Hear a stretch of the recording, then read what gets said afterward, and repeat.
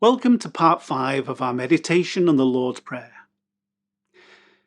We begin by first noting a shift in focus, a move away from proclaiming God, His works and His will, to us asking for something. Give us this day our daily bread. Now there are a couple of things that come to mind when I hear or say these words. The first thing that immediately comes to mind is from a song by a British band called Mike and the Mechanics. The song is called Beggar on a Beach of Gold and is the album's title track. The words are from the chorus.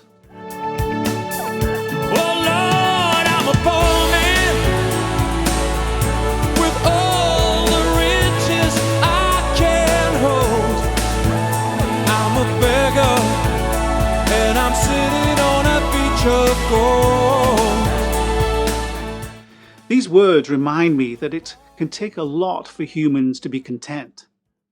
We often cannot settle down and see what's right in front of us, so we can often feel neglected and beggarly, even in the midst of plenty. Literally, we can have it all and still be a beggar on a beach of gold. Oh Lord, I'm a poor man. But in what way is this true? I guess I'm not poor in spirit because that would be a good thing. So I must be suffering from a different kind of poverty. With all the riches I can hold, maybe I'm not looking at what I do have. What about all the love and grace I get from my friends and family? How much and how often do I take that for granted? Do I even acknowledge it?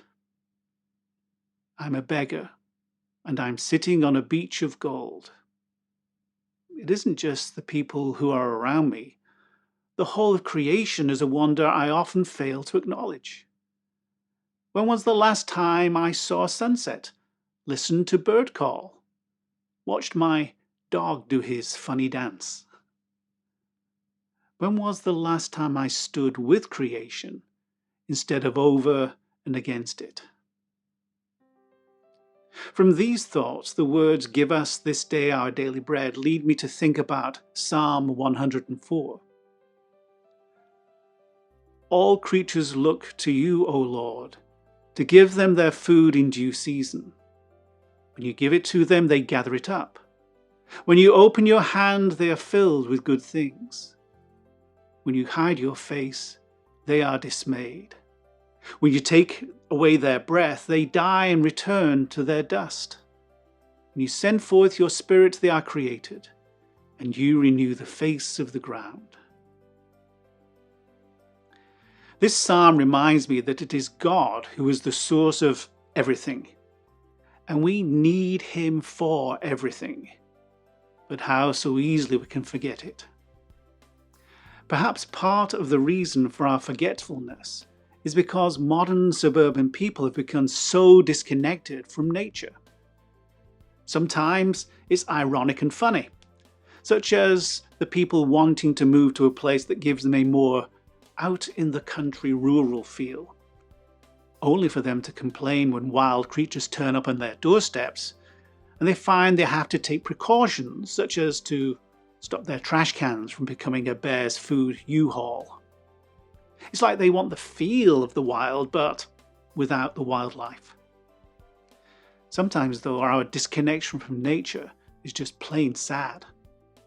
Inner city kids now have to go out on field trips so that they can see the animals they've only ever viewed in pictures.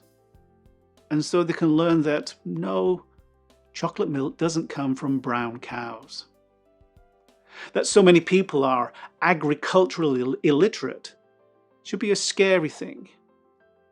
Not knowing where our food comes from, how it's produced, how it gets to our stores, shows a deep lack of respect, not only to the food producers themselves, but to God.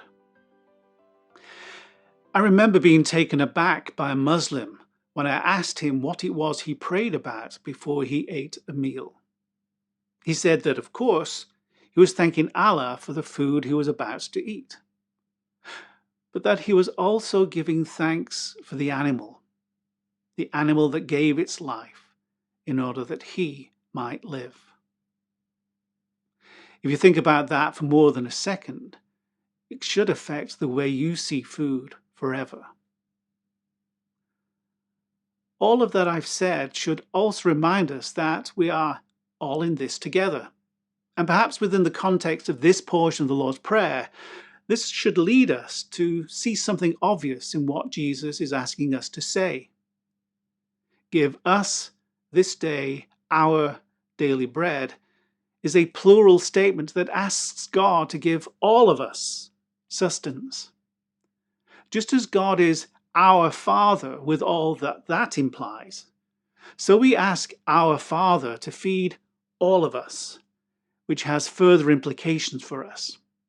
But how can we eat and take our fill while others go hungry? How can we thank God for the blessings we receive and not want to share with those less fortunate?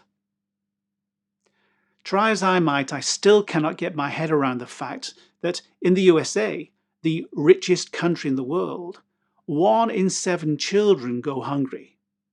That is, more than 11 million children live in households that don't have enough food for every family member to lead a healthy life. How dare we proclaim ourselves to be the greatest country on the planet with figures like these? This is something about which we should hang our heads in shame. For if God has given me my daily bread, what does he expect of me for those who go without? As always, Jesus once again models his own words. Have you ever noticed just how much time Jesus spent around tables, eating and drinking? He was also very fond of using images that involve food and banquets and feasts. He even invoked the image of the waifs and strays of this world being invited to a feast because the ones invited were too into their own affairs. From Luke's Gospel, Jesus said, "There was once a man who threw a great dinner party and invited many. When it was time for dinner, he sent out his servant to the invited guests, saying, 'Come on in, the food's on the table.' Then they all began to beg off, one after another, making excuses. The first said, 'I bought a piece of property and need to look it over. Send my regrets.' Another said, 'I just bought 5 teams of oxen and I really need to check them out. Send my regrets.' And yet another said, 'I just got married and I need to get home to my wife.' The servant went back and told the master what had happened. He was outraged and told the servant, 'Quickly get out into the city streets and alleys. Collect all who look like they need a square meal, all the misfits and homeless and wretched you can lay your hands on. Bring them here.' The servant reported back, 'Master, I did what you commanded, and there's still room.' The master said, 'Then go to the country. Whoever you find, drag them in. I want my house full.' Let me tell you, not one of those originally invited is going to get so much as a bite at my dinner table." It may have originally been a shot across the bows of the Jewish people that Jesus told this story, so that we are the people who have been the ones dragged in. But are we not now more likely to be the ones to put off an invitation from God because we have something more interesting to do? After all, Jesus hasn't just invited us to an eschatological celebration, which means one we will attend at the end of time. Jesus has told us he will give us something to eat now, and he does it frequently at what we call the Eucharist. Eucharist means thanksgiving, and there's no getting around that word. It's a shared feast, and it is yet another table experience to which Jesus calls us. Everyday food turned into eternal manna. This celebration, this thanksgiving, feeds us with spiritual food that sustains us, not just for our personal spiritual journey, but as people seated around a communal table meant to feed all. We cannot come to this table without remembering that we pray our Father and that we ask for bread for all. We come to the table of the altar not as distinguished guests, but as the flotsam and jetsam of the world, the refuse Jesus loved so dearly he gave his life for it, the refuse which, in other situations, we might well condemn, belittle, or neglect.